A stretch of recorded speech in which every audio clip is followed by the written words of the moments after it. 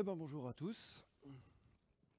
Donc le sujet de cette présentation, ça va être de vous faire un retour d'expérience raisonnablement. Alors il va y avoir de la technique, mais j'ai essayé de la garder à un niveau compréhensible.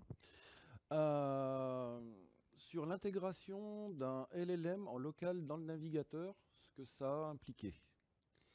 Et on va un petit peu spoiler, si vous regardez la citation qui est en bas, qui est tirée de Mission Impossible 2, ça va vous donner une petite idée de ce que c'était. Mais je vais y revenir et je vais expliquer ça. Alors, pour me présenter, donc, je m'appelle Nicolas Hoffman, appelez-moi Nico. Mon titre, donc, c'est UX Engineer, donc c'est un front-end qui adore les CSS. J'aime aussi l'accessibilité, la localisation, l'internationalisation, Opquast. J'ai pas été payé pour dire ça, ils sont sponsors, allez les voir, c'est super ce qu'ils font. Et pour ne rien vous cacher, cette année, c'est ma 20e année de métier, ce que l'on dit dans les milieux autorisés comme étant la team vieux con. Mais bon, team déambulateur, on va dire. Plus sérieusement, cela fait aussi 6 ans que je travaille chez Proton. Ah, voilà. Alors, je vous présente Proton. C'est bon, c'est pas uniquement parce qu'ils m'ont dit que si je le faisais pas, il y aurait plus de pain à la cantine. C'est surtout que ce qui est important, c'est que vous compreniez le contexte de ce retour d'expérience. Sinon, vous allez passer à côté du, on va dire, du sel de cette présentation. Proton, en fait, si vous ne connaissez pas, donc ça a commencé, ces 3 personnes qui se sont rencontrées au CERN et qui voulaient démocratiser le chiffrement dans les emails, suite aux affaires notamment Snowden. Ils ont lancé un crowdfunding, donc un financement participatif. Ça a marché et est arrivé donc Proton Mail. Donc on parle de chiffrement de type end-to-end, zero knowledge. Donc end-to-end, chiffrement de bout en bout. Et zero knowledge, ça veut dire que même nous, Proton, j'entends, nous ne pouvons pas déchiffrer vos contenus. Ça nous est impossible. Comment dire alors ça, c'est des contraintes propres à Proton, on va dire, vraiment de très forte notion de chiffrement. Et Proton, pour d'autres aspects, c'est une boîte comme toutes les autres, qui a des contraintes comme toutes les autres, c'est-à-dire la bande passante, vulgairement, ça coûte des sous, ou ce genre de choses. Alors, on a plusieurs produits, donc Proton Mail, Proton Calendar, Proton Drive, Proton VPN, Proton Pass. Là, on a Wallet qui est sorti récemment, Proton Docs, etc. Alors, un petit disclaimer. Je ne suis pas du tout expert LLM. Je vais souvent utiliser ce mot, donc Large Language Model. C'est pas du tout mon domaine. Moi, j'ai été sur ce projet en tant que front-end, notamment spécialisé CSS. Pardonnez-moi si je dis une petite inexactitude. Je ne suis pas expert dans ce domaine, c'est dit, c'est posé. Et pour vous donner même un ordre d'idée de ma personnalité, de ma personne, je ne suis même pas spécialement fan d'IA générative, ni fan ni anti. J'ai un point de vue extrêmement pragmatique sur le sujet. Alors ça, bon, les fans ont remarqué un raid Dynamax dans Pokémon Go, mais ça c'est une bonne illustration de ce qu'on peut avoir comme image de l'IA, surtout chez les détracteurs. C'est-à-dire, c'est une espèce d'ogre qui va se gaver de données, de quantité de données énormes, et bien souvent, tout simplement des vôtres de données. Alors ça, c'est une image qui est très en vogue chez les détracteurs. Et d'un autre côté, on a quand même une demande business sur l'IA, chez Proton, alors que nous, notre fonds de commerce, c'est la vie privée, la sécurité. Et notamment de la part des clients business qui disent nous, on a besoin de ces outils pour des questions de productivité. Et donc, on en arrive au challenge. Donc, ces deux mondes, quand on les présente comme ça, ils n'ont vraiment pas l'air d'être copains-copains. Et comment on peut donc concilier la vie privée et la sécurité avec l'IA, en l'occurrence l'IA générative? Alors, on peut commencer à se poser des questions. Alors, ça me débecte d'avoir à rappeler ça, mais c'est quand même assez évident. La première étape, c'est de se dire, mais laissons le choix à l'utilisateur. L'utilisateur a le droit de vouloir s'en servir ou pas. On peut vous le dire, hein, franchement, quand on a lancé, donc ça s'appelle Proton Scribe, hein, ce dont je vais parler, on a quelques utilisateurs qui disaient « je n'en veux pas, je ne veux pas en... » C'est très bien, vous avez tout à fait le droit, il n'y a aucun problème avec ça. Et surtout, à mon sens, ce qui est plus important, c'est laisser le choix à l'utilisateur de mettre à disposition ses données personnelles pour l'entraînement ou pas. Là, évidemment, je pointe LinkedIn, qui est un des petits derniers chez qui on a découvert en fait qu'ils entraînaient gentiment leur modèle sur vos données. Et bien évidemment, sans vous demander votre avis. Et là, je sais pas, ils ont un petit problème avec le consentement, le RGPD, enfin des petites choses comme ça. Bah, de base, je veux dire, première chose, c'est déjà laisser le choix à l'utilisateur là-dessus, tout simplement. Et c'est pas grave. La deuxième étape, donc, comme je vous le disais, je ne suis pas expert en LLM. Quand on n'est pas expert dans le domaine comme moi, bon, c'est un petit peu une boîte noire. Ça fait un peu de la magie noire, on ne sait pas trop comment ça marche. Ceci dit, on peut déjà étudier quelques points là-dessus. On peut étudier l'ouverture du modèle. Est-ce que c'est open source? Est-ce que les données d'entraînement, d'où est-ce qu'elles viennent, etc., etc. Et surtout, encore une fois, ce qui à mon sens personnel est le plus important, les requêtes utilisateurs, est-ce que c'est pour l'entraînement aussi? Alors là, je vous ai mis un tableau, c'est tiré de Hugging Face. C'est pas grave hein, si vous ne voyez pas tout le détail, le lien sera dispo dans les ressources. C'est un petit peu tout ce qu'on peut étudier. Se dire, ok, est-ce que le code est open source? Est-ce que la data pour entraîner le LLM est open source? Comment fonctionne l'architecture? Est-ce que la documentation est dispo, etc., etc., l'API, tout ça. Donc on peut déjà se poser des questions là-dessus. Je ne m'étends pas trop là-dessus, ce n'est pas le sujet de la présentation. Et donc, on en arrive aux questions éthiques et business. La question éthique, nous, chez Proton, le chiffrement end-to-end, on ne fait pas ça pour le plaisir. Je veux dire, la vie privée, c'est un droit, mais pour certains de nos utilisateurs, c'est vital. Je veux dire, certains de nos utilisateurs, ça peut être des activistes, des journalistes dans des théâtres d'opérations dangereux, ou tout simplement des gens qui ne plaisent pas à certains gouvernements, on va dire ça comme ça.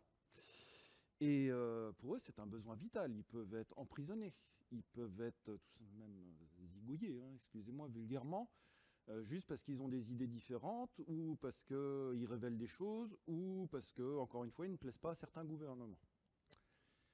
Donc encore une fois, c'est vraiment pas pour le plaisir, c'est par design, et c'est important. Et pourtant, d'un autre côté, comme je le disais, on a une demande business sur l'IA générative. Si on prend le fonctionnement du chiffrement end-to-end, donc grosso modo, vos contenus sont stockés chiffrés, ça transite en chiffré, et c'est dans votre navigateur que le déchiffrement va se passer, ce qui, d'ailleurs, pour nous, front-end, nous pose un paquet de nœuds au cerveau, parce que des choses basiques comme par exemple, je prends toujours l'exemple d'une recherche. Une recherche dans un contenu en clair, c'est pas compliqué. Vous tapez sur une API ou vous faites une requête SQL, select-moi ça, where égale ce que je cherche. Dans des contenus chiffrés, ça marche pas. Donc il faut mettre en place des stratégies extrêmement complexes, récupérer les... Enfin, je le dis parce qu'on l'a fait sur le Encrypted Search, récupérer des contenus en local, les déchiffrer en local, les réindexer avec un autre chiffrement qui est plus rapide, rechercher là-dedans, tout devient compliqué. Et justement, tout ça, ça se passe sur votre navigateur, enfin dans votre navigateur. Et donc on se dit, après tout, puisque tout se passe dans le navigateur, pourquoi ne pas faire pareil avec le LLM? C'est-à-dire, faisons une version locale, c'est-à-dire où le LLM va tourner en local, comme ça c'est dans le navigateur, entre guillemets, ça se passe à cet endroit-là et pas ailleurs, et c'est très bien pour la vie privée, voilà. Donc ce qu'on va appeler sobrement la version sans compromis. Alors l'idée, donc, le besoin, c'était de dire, on va intégrer ça dans le composeur. Donc le composeur, c'est l'élément quand même un petit peu critique de l'application qui permet d'envoyer des mails. Et donc vous voyez le petit bouton de couleur, là, ça vous ouvre, il y aura d'autres snapshots après, ça vous ouvre une barre où vous pouvez taper votre prompt et ensuite ça génère. Ça, c'est l'idée. Alors, pour faire tourner un LLM en local, donc, on utilise une bibliothèque pour le LLM qui s'appelle WebLLM. C'est open source, vous pouvez aller voir comment ça fonctionne. Il y a tout ce qu'il faut pour faire tourner un LLM. Alors ça, c'est d'un côté, c'est le côté génération. Vous avez l'autre côté, l'utilisateur qui, lui, va dire, je ne sais pas moi, génère-moi un email de remerciement ou une lettre de motivation. Et au milieu, entre les deux, on a une espèce de lib maison qui va, comment dire, je ne sais plus quelle conférence qui parlait de formater le prompt. On va adapter un petit peu le prompt pour être sûr que le LM comprenne bien ce qu'on lui demande de faire, il faut le formater d'une certaine manière, etc. Là, encore une fois, c'est tout open source, vous pouvez aller voir comment on fait. Grosso modo, c'est l'idée générale. Alors, attention, c'est parti pour les pots de banane. À notre enfin, quand on s'est lancé là-dedans, grosso modo, personne n'avait tenté cela, j'entends. À notre échelle, on a des millions d'utilisateurs, et pas sur un petit POC sur votre site personnel, c'est-à-dire en production sur une application sérieuse, et qui plus est complexe, notamment avec le chiffrement et tout. Donc il a fallu découvrir beaucoup de choses. Et comment dire, bon, on va un petit peu spoiler, vulgairement, on a pris cher. C'était difficile. Alors, ça, je vous le fais. Donc ça, c'était, comme toutes les belles histoires, hein, il était une fois notre collègue, s'il regarde le live stream, je lui fais coucou, qui nous demande de venir en réunion. Donc sur la gauche, c'est le collègue qui nous explique la chose, et sur la droite, c'est à l'époque les 3 développeurs de ProtonMail, dont moi, qui disent « Ok, nous, on va être chargé de transformer ce POC qui tourne en local, de le faire tourner, ça, en vrai, dans la production. » Alors, il se pointe vers nous, il nous montre. Bon, c'est un petit peu dégueulasse, mais c'est un POC, hein, c'est normal. On a un POC qui tourne en local. Hop, pardon. Ah, zut. Ah ouais, intéressant. Ah, au fait, les gars, il faut télécharger 4 gigas. Pardon? Et avoir WebGPU, sinon ça rame. Et au fait, Chromium Only. Hein. Quoi? Ah, puis il faut de la RAM aussi, etc. Bon. Là, je vous le présente de manière humoristique. On ne s'insulte pas entre collègues, hein, quand même. Mais c'est à peu près comme ça qu'on a découvert le truc. Et grosso modo, l'état d'esprit des développeurs, c'est « Waouh, vous êtes sérieux, les gars ?» Parce que il nous a fallu un petit quart d'heure pour digérer l'annonce, quoi. Et alors un point qui est important aussi à comprendre, c'est là vous voyez que le sommet de l'iceberg. C'est une présentation, j'ai essayé de vous ordrer ça, de vous expliquer les contraintes. En fait, on a quand même beaucoup de choses, on l'a découvert en le faisant. C'est-à-dire que c'était assez courant. Par exemple, on dit au designer, tiens, fais-nous le flow, je ne sais pas moi, pour activer ProtonScribe. Et entre-temps, on a découvert une contrainte. Et le soir, je lui dis, écoute, c'est super ce que tu as fait, mais je suis désolé, on a une contrainte qui est indémerdable. Donc, il va falloir réadapter, et c'est arrivé souvent. Donc là, j'essaye de vous le présenter de manière ordrée. Les premières semaines du projet étaient beaucoup plus chaotiques. Parce que c'est difficile et on a des contraintes, etc. Alors, donc, la première des contraintes, et pas des moindres. 4 Go pour le LLM en local. Donc le modèle, c'est Mistral 7B. Alors, 4 Go, je ne sais pas vous, moi je suis plutôt fan de performance web. Déjà, 500 kg, je trouve, sur certains sites, ça peut être lourd. Bon, certains sites sont déjà plus. Mais là, merde, on parle de gigas. C'est énorme, c'est monstrueux. Au-delà du côté client, même si c'est déjà un problème, côté infra, je ne sais pas vous, si vous avez une infra, si vous pointez chez eux, la fleur au fusil en disant « Dites les gars, on va lancer une nouvelle feature, il va falloir que l'utilisateur télécharge 4 gigas. » Et ils savent qu'on a des millions d'utilisateurs. Je pense que la réaction qu'il va faire, vous allez voir une hache ou des couteaux voler dans votre direction. Et donc on est là. Cette contrainte, en fait, elle est tellement forte, elle est tellement, j'allais dire, dingue, entre guillemets, qu'elle va conditionner tout le design, l'architecture de la solution. C'est-à-dire d'entrée de jeu, alors il existe des moyens d'essayer d'anticiper la qualité de la connexion, mais il y a toujours des cas où, je ne sais pas, je peux être connecté en Wi-Fi, mais en fait le Wi-Fi, c'est ma data, depuis mon laptop, ou ce genre de choses. Et c'est assez facile de tomber sur des cas à la con, où vous avez une excellente connexion, vous êtes dans le train, boum, ça tombe. Donc d'entrée de jeu, par design, il faut que le téléchargement, on puisse le mettre en pause. C'est même pas négociable. Je veux dire, on a même... à un moment, on se disait, est-ce qu'on le télécharge? Non, on ne peut pas. 4 Go, on ne peut pas faire ça dans le dos de l'utilisateur. Et il faut qu'il puisse le mettre en pause. C'est tellement énorme. Enfin, on ne parle pas de télécharger une webfont à 15 kg, quoi. Et si on pousse un petit peu plus loin, même se dire, une fois, mettons que ça soit bien passé, il faut à tout prix éviter de le refaire.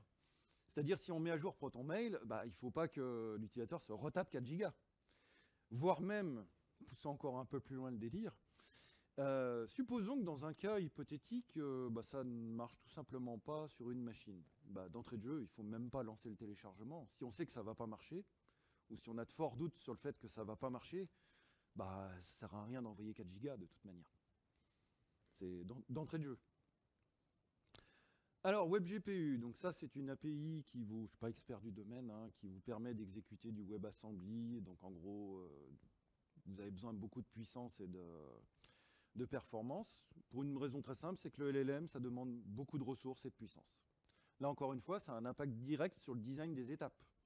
C'est-à-dire, ce n'est pas quelque chose qui va se passer de manière transparente, selon la configuration, ce genre de choses.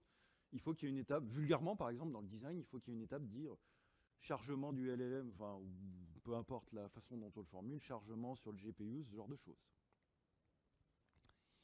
Alors, bon, je l'avais présenté de manière humoristique au début, je disais Chromium Only, c'est pas exactement ça. C'est un petit peu plus compliqué. Alors, certains diront que c'est une association de malfaiteurs, je m'en tiendrai à dire que c'est une histoire de hardware, d'accélération graphique et de navigateur. Alors, démêlons tout ça. On va commencer simple. Alors, si, comme moi, vous êtes l'heureux d'un solide M2, alors M1, M2, ce genre de choses, vous avez assez de puissance, ça va marcher. Sur Windows, ça dépend. Ça dépend de l'accélération graphique, de la configuration. Et chez Proton, on a beaucoup de gens qui adorent Linux. Alors, clairement, là, c'est très simple, c'est le bazar. Grosso modo, il y en a chez qui ça peut marcher, chez d'autres, ça ne marche pas. Enfin, bref. Passons. Alors, l'histoire d'accélération graphique. Sur les laptops modernes, vous avez un GPU qui est intégré avec le CPU, ou ce qu'on vulgairement integrated, ou alors ce qu'on appelle un discrete GPU, donc celui de la carte graphique. Évidemment, il y en a un qui est plus puissant que l'autre, mais il y en a un qui consomme beaucoup plus que l'autre. Sur le CPU, on est en général à 1,5 watt en veille. Sur une carte graphique, on parle de 9 watts, c'est-à-dire on est sur un rapport 20. Et alors, j'ai demandé, donc, moi c'était pas vraiment ma partie, j'ai demandé donc à mon collègue, et il disait, on fait un petit peu avec ce que Chrome nous donne ou tout ça, donc il n'y a pas vraiment moyen de choisir. Ceci dit, encore une fois, on est un petit peu obligé de dealer avec. Yep. Alors, côté navigateur, Chromium, grosso modo, a toutes les API, tout ce dont on a besoin pour que ça fonctionne comme il faut.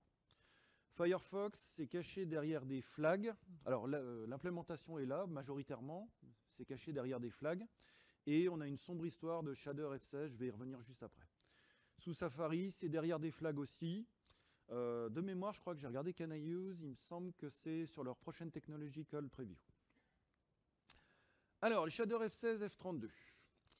Donc, grosso modo, quand vous voulez faire des calculs, F32, c'est float 32, c'est-à-dire que vous allez représenter les nombres pour le LLM sur 32 bits.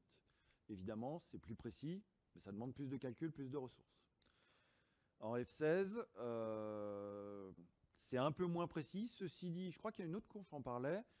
C'est moins précis, mais ça peut être contré d'une autre manière en faisant du refine ou ce genre de choses. Donc, et le gain est quand même important. On parle quand même de 30% plus rapide en F16, en float 16, plutôt qu'en F32. Donc littéralement, en fait, c'est pas qu'on veut exclure sciemment Firefox, hein, au contraire, on est en relation directe avec leurs développeurs justement pour leur permettre de tester, de faire que ça arrive vite. Mais c'est tout simplement, quand vous voulez instancier ce genre de truc, vous demandez un adapteur, on vérifie le support de F16, et si on ne l'a pas, ça ne marche pas, quoi. Parce que sinon, il faut que ça soit suffisamment rapide. Si c'est pour que vous voyez donc un mot, un token, toutes les 4 secondes, c'est pas utilisable, quoi.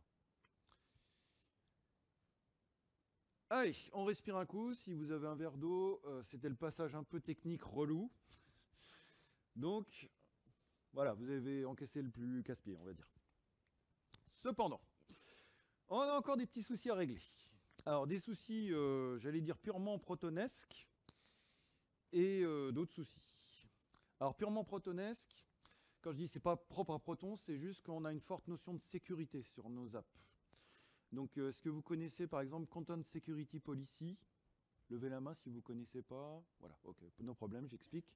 Grosso modo, c'est un en-tête que vous envoyez et vous dites ce que vous autorisez à exécuter ou non côté front-end. Vous pouvez dire j'autorise unsafe inline pour le JS, j'autorise la fonction eval, ce genre de choses. Pareil pour CSS, pareil pour tous les assets. Pas besoin d'aller loin, au pire, hein, j'ai mis dans les ressources, j'ai fait une conférence à Paris Web il y a quelques années et j'ai écrit un article pour Smashing Magazine, vous aurez le temps d'étudier ça. C'est moins effrayant que ça en a l'air. Le principe ici, c'est qu'on a des directives CSP et pour protéger, normalement, c'est pour la première utilité, on va dire, c'est pour éviter les failles de type cross-site scripting. C'est une sorte de protection supplémentaire. Et le problème, c'est que WebAssembly nous demanderait d'affaiblir ces directives. Ce qu'on ne veut évidemment pas. On ne veut pas affaiblir la sécurité de nos produits. Donc on s'est creusé la tête un petit peu et on en est arrivé à une solution qui peut paraître un peu fofolle, mais qui a du sens. Grosso modo, l'idée, ça va être de dire, OK, tout ce qui est WebLLM, on va le mettre dans une iframe, dans l'app. Cet iframe, en gros, on va pouvoir mettre les directives dont on a besoin sans affaiblir les directives de ProtonMail. Et en gros, cet iframe va communiquer par post-message avec l'app. Ça peut pas. Alors, c'est un peu tordu à mettre en place. Il y a un autre avantage, c'est que, alors c'est pas le cas actuellement, mais comme on se posait la question de la contrainte sur la bande passante, on s'est dit, bah, si un autre produit un jour ou dans un autre cas on avait besoin du modèle, bah, on réutilise cet iframe et entre guillemets, bah, pas besoin de retélécharger. Encore une fois, pour éviter les 4 gigas et tout ça. Donc là, vraiment, c'est pour de la sécurité et aussi pour de l'économie de bande passante. Alors ça, c'est des soucis purement, j'allais dire, de sécurité. Et alors ça, c'est vraiment important, surtout si vous, comment dire, si vous voulez intégrer de l'IA sur vos apps ou ce genre de choses, posez-vous vraiment la question de ce qu'elles vont faire et où elles vont le faire. Là, comme je le disais, donc comme je le disais, là, vous avez une petite barre écrite pour moi avec vous mettez votre prompt. Donc quand on avait vu le POC, grosso modo, bon, c'était une petite modale un peu dégueulasse, les bouts s'étaient posés par-dessus comme ça. Et moi tout de suite, il y a une lumière rouge qui s'est allumée, et je dis « Ouh là là, c'est dangereux ça quand même », parce que avant on avait, donc le composer c'est quand même un élément extrêmement critique quoi, pour une application mail. Et je dis donc dans un élément critique où il faut être sûr que l'utilisateur sache ce qui s'y passe, on va mettre quelque chose qui génère, je sais pas vous, mais moi, il y a vraiment quelque chose qui me chagrine là-dedans. On a regardé un petit peu ce que faisaient les autres, les concurrents, hein, vulgairement. Alors Gmail, ils font ça, c'est un peu bizarre. Grosso modo, alors les contenus, les génèrent, ils les envoient en bas du contenu, et en gros, ils forcent le scroll du genre, ok, je scroll, tu as bien vu ce que je te génère à cet endroit. C'est un petit peu comme ça que je le comprends. D'autres se cassent pas la tête, génèrent directement dans le contenu, tout ça. Et moi, je disais, mais ça, il y a vraiment quelque chose qui me gêne parce qu'on a deux contextes d'utilisation différentes sur un élément critique. Ça va pas. Donc le choix qu'on a fait, c'est grosso modo, quand vous écrivez votre prompt, enfin vos instructions, on passe en fait dans ce contexte-là, qui est vraiment un contexte séparé. Alors c'est toujours dans le composer, mais dans un contexte séparé où là, ok, on fait tout ce qui est génération, on sélectionne, développe-moi, raccourcis-le-moi, je sais pas, proofread, ce que tu veux, etc.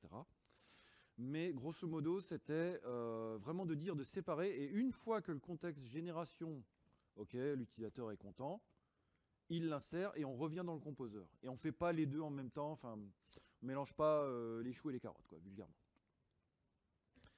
Donc on a eu plusieurs discussions en interne là-dessus.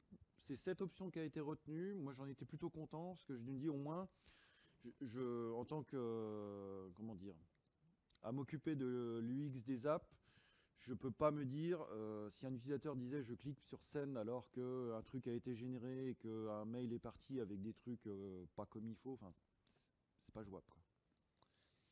Donc pendant que nous jetions nos derniers forces dans cette version locale, qui, comme vous pouvez voir, était un petit peu... parce que là, je vous ai résumé des contraintes, il y en a eu plein d'autres, c'était vraiment, vraiment difficile.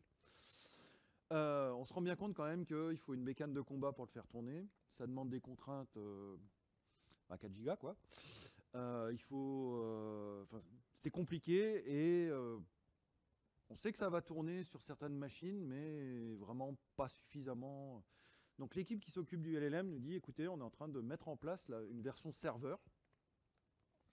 Et donc, on va faire cette version-là, en plus. C'est-à-dire, on met à disposition, comme ça, l'utilisateur a le choix de dire, je veux la version sans compromis, ou une version serveur qui est un petit peu plus simple, on va dire.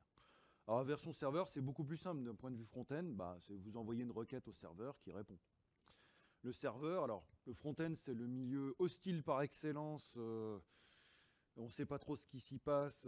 Il peut y avoir plein de couacs sur un serveur. Je ne dis pas que c'est facile, mais en tout cas, c'est maîtrisé. En théorie, on sait ce qui s'y passe sur le serveur. Et donc, d'où la question de se dire, est-ce qu'on va utiliser un modèle plus puissant, vu que c'est maîtrisé? Et d'un autre côté, c'est encore une fois une question plus éthique que purement technique. Parce que si vous mettez un modèle vraiment beaucoup plus puissant, potentiellement, il va mieux répondre. Et donc, vous désavantagez une version par rapport à l'autre. Alors, c'est pas uniquement ça, il y a aussi des arbitrages techniques, ce genre de choses. Là, le LLM qui a été choisi, c'est Mistral Nemo 12B, qui est effectivement un peu plus puissant, mais on reste à peu près dans le même ordre de magnitude, si j'ose dire. Alors, la question, c'est comment on garantit, parce qu'avant tout se passait dans le navigateur, et là, ça va aller taper sur un serveur.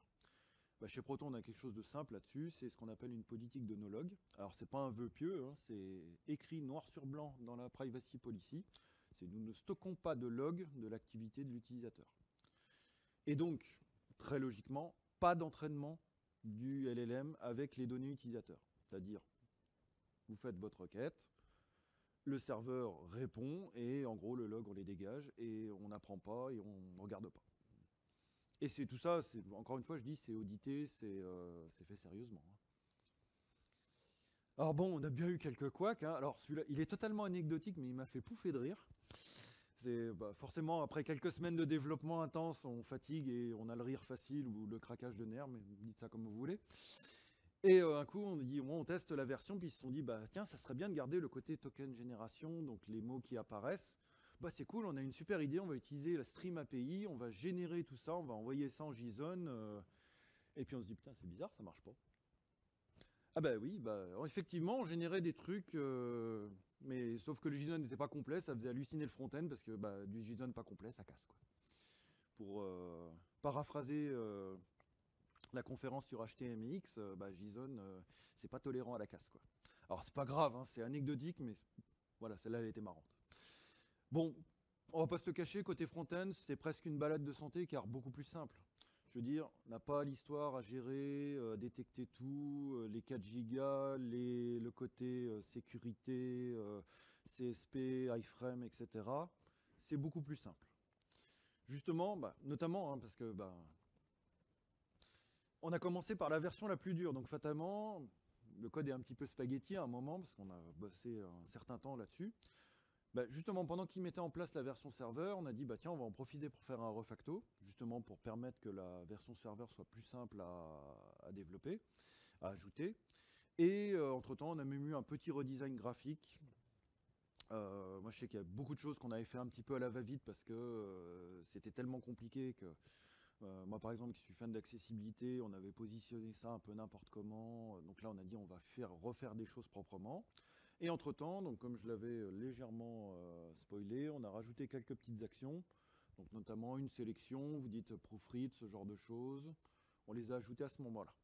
On a bien eu quelques soucis là aussi avec la sélection de texte, parce que le composer aussi est une iframe pour d'autres raisons, enfin bref. Mais globalement, c'était quand même beaucoup moins dur que la version locale.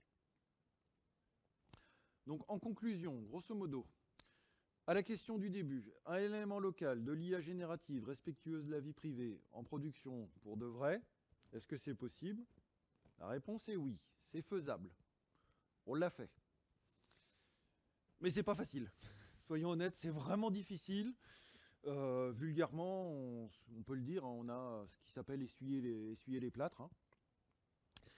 Cependant, on peut quand même regarder l'avenir en étant un petit peu plus optimiste. Donc, moi, je ne suis pas du tout expert en LLM, mais à peu près tous les gens, et je l'ai vu dans certaines conférences, le disent. Tous ceux qui connaissent ce domaine disent, ça progresse énormément. Les modèles sont plus légers, plus rapides, plus spécialisés, je ne sais pas moi, mieux entraînés, etc. Il y a encore beaucoup sous le pied pour améliorer cette partie-là, dirons-nous. Un truc qui est assez impressionnant, donc sous le petit nom de chiffrement homomorphe. Grosso modo, alors c'est balbutiant, hein, mais grosso modo l'idée c'est de dire que l'IA peut s'entraîner sur des contenus chiffrés de la même manière qu'elle s'entraînerait sur des contenus en clair. Et ça change quasiment rien pour elle.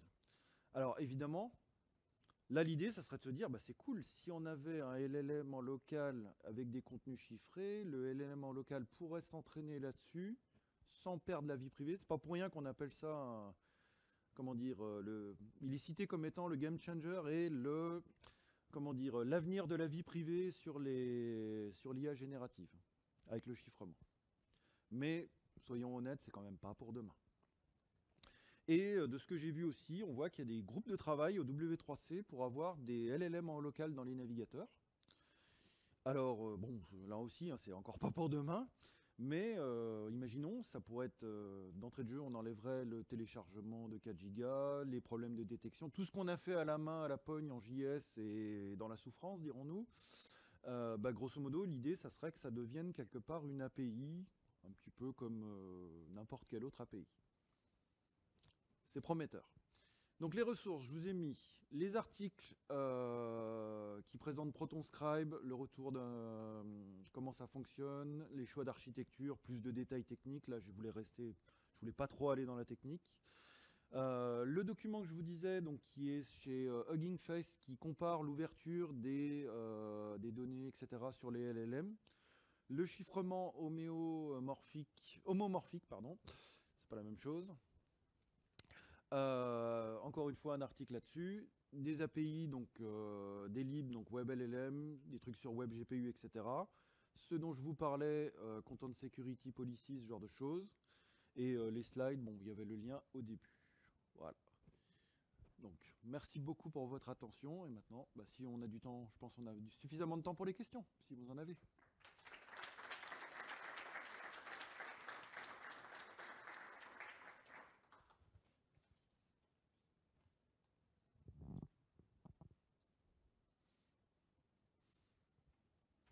Alors, soit vous digérez tous, soit c'était tellement clair qu'il n'y a pas de questions, ce qui serait merveilleux. N'hésitez pas. Hein.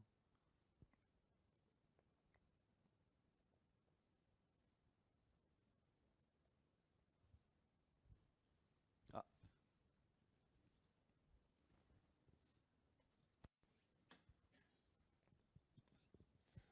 Bonjour, merci pour la présentation, c'était très intéressant.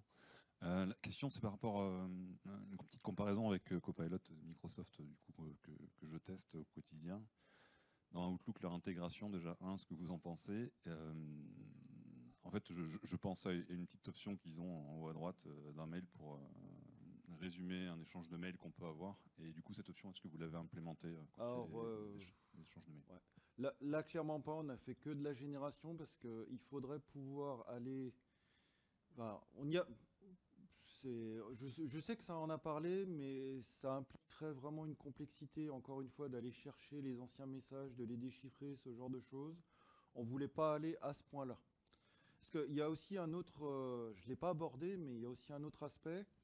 C'est vulgairement les utilisateurs de Proton, c'est des gens qui sont soucieux de leur vie privée ou de leur sécurité. Et il y a le côté, comment dire, mon Dieu, mais qu'est-ce qui se passe? J'ai plus le contrôle, qu'est-ce qui est en train de se passer là-dessus? Et on ne voulait pas atteindre cette étape-là où l'utilisateur se dit, même si, je veux dire, c'est fait sérieusement tout ça, se disent, mais ils sont en train de faire, comment ils font ça? Côté un peu magie noire, mais ils ont regardé le contenu des emails ou ce genre de choses. Là, j'allais dire que c'est presque... Tout est possible, on peut le faire sérieusement et sans casser le chiffrement, ce genre de choses. Mais on ne voulait pas atteindre comment dire, ce risque de dire, vraiment de faire peur à l'utilisateur et de lui dire, mon Dieu, qu'est-ce qui se passe en fait? J'ai un peu l'impression que, un peu comme un vendeur un peu intrusif qui met le pied dans la porte et qui regarde chez vous, c'était un peu ça. Donc clairement, là, de mémoire, je sais qu'on a étudié un petit peu, enfin en tout cas les designers et ceux qui l'ont prévu, on regardait un peu ce que faisaient les autres. Mais à un moment, on a dit il faut savoir s'arrêter. Et puis bon, comme vous avez pu voir, le POC était déjà assez compliqué. Mais là, c'était vraiment, ok, il faut savoir s'arrêter un moment pour déjà voir si ça plaît et ne pas effrayer l'utilisateur non plus.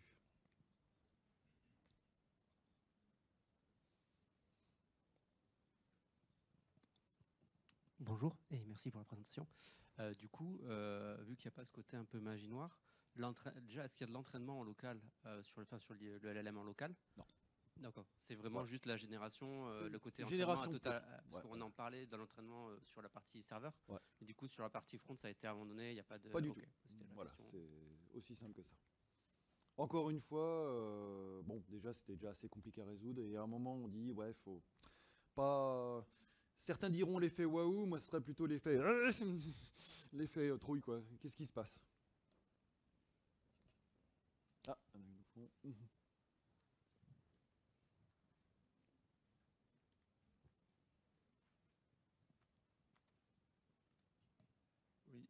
vu que introduire un LLM local dans le navigateur, ça a été beaucoup d'efforts, est-ce que vous avez eu des retours sur le taux d'adoption de l'utilisation du LLM local Alors, par rapport au taux d'adoption du LLM serveur ou par rapport à pas de LLM du tout? Alors, ouais, clairement, on a mis en place de la télémétrie pour voir justement l'utilisation.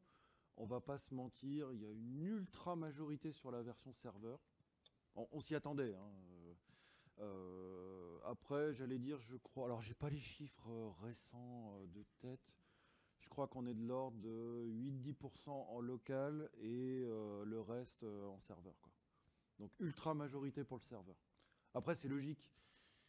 Je veux dire, ça demande tellement de ressources, une config particulière. Alors, ça ne peut que s'améliorer à l'avenir, mais je me disais, rien que ne serait-ce que sur mobile, je veux dire, stocker 4 Go en mobile, déjà même sur certains navigateurs desktop, ça peut être compliqué ou ce genre de choses. Donc clairement, oui, on a été surpris que ça soit autant, mais on n'a pas été surpris de voir ça, quoi. Mais encore une fois, c'était politiquement, comme on dit, on a certains publics qui savent juste qu'on fait de la sécurité sérieusement et qui sont là pour ça. On en a, comme je l'expliquais, qui sont là vraiment parce qu'ils en ont besoin. Et donc on ne peut pas, politiquement et éthiquement, on ne pouvait pas ne pas proposer une version sans compromis. Et bon, bah, comme vous avez pu le voir, hein, ça nous a mis quelques nœuds au cerveau.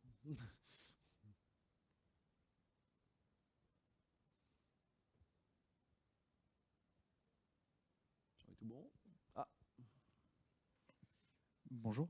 Je crois Apple a prévu de mettre en place des interfaces pour permettre justement la génération en local, enfin l'utilisation de LLM en local sur les systèmes Mac. Est-ce que c'est utilisable en web et est-ce que ça a une influence par rapport à vos produits? Alors là, je vais être franc, je ne sais pas trop. J'en ai vaguement entendu parler. Je crois pas actuellement que ça soit utilisable directement, mais ça m'étonnerait pas que ça le devienne. Donc là, très honnêtement, je peux pas répondre, je ne sais pas. C'est encore de l'ordre du projet, c'est pas. Je sais que nous, quand on a essayé de faire parce qu'on a une app desktop qui en gros est un électron, tout ça, on a vu qu'il y avait des possibilités là-dessus pour améliorer le support. Notamment parce que justement, bah, comme c'est une app, pas une app web, mais une app système, donc on peut tirer un peu plus parti de ce genre de choses. Mais là, encore une fois, le diable est dans les détails, c'est pas aussi simple que ça. On a vu que on n'a pas la main sur tout, c'est compliqué, donc c'est pas aussi simple.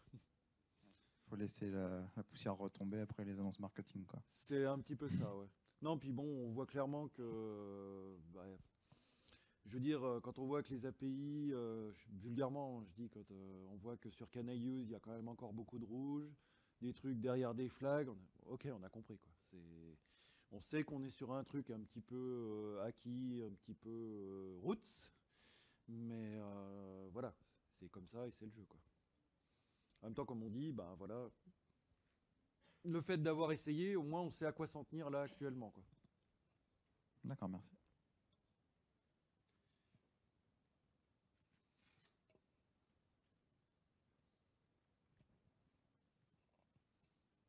Non, pardon, c'était plus pour rajouter par rapport à la question précédente, parce que je suis dev mobile pour le coup. Ah bah.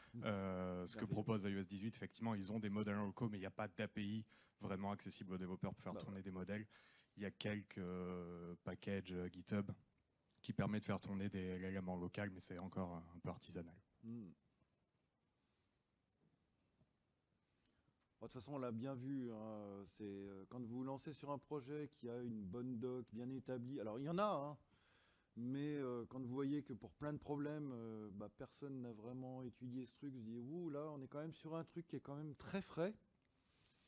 Puis c'est pas sur, j'ai rien contre Stack Overflow, mais je veux dire, c'est pas là-dessus qu'on va trouver ce genre de solution. Quand on commence à devoir déjà dealer en direct avec les développeurs de navigateurs, typiquement cette histoire de Shader F16, où en gros, on fait des essais, ça marche pas, et qu'on doit dealer avec eux pour essayer de comprendre ce genre de choses, en général, c'est signe que ouh, ça va bien se passer, mais ça va être douloureux.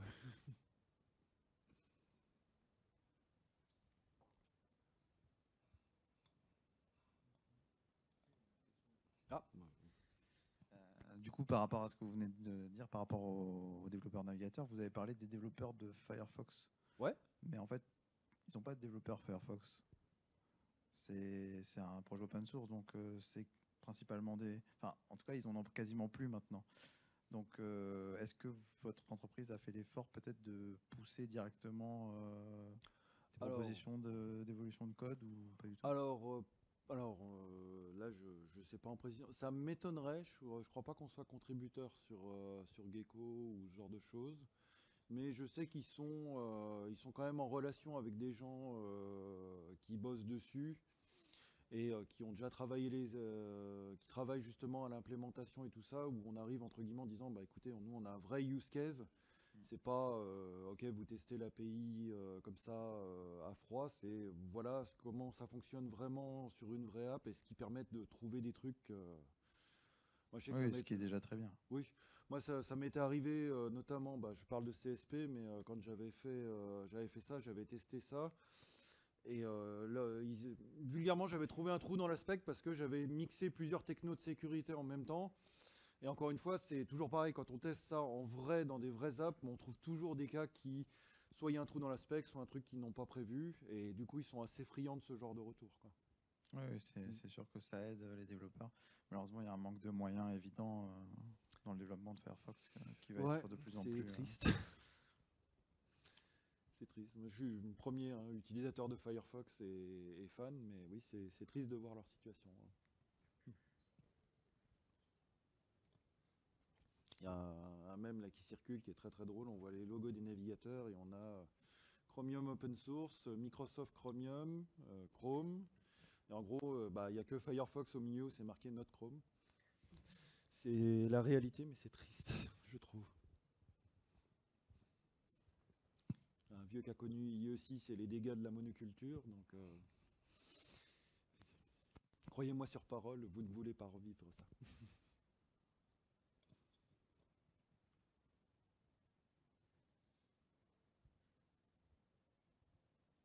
On est tout bon? Eh ben merci beaucoup.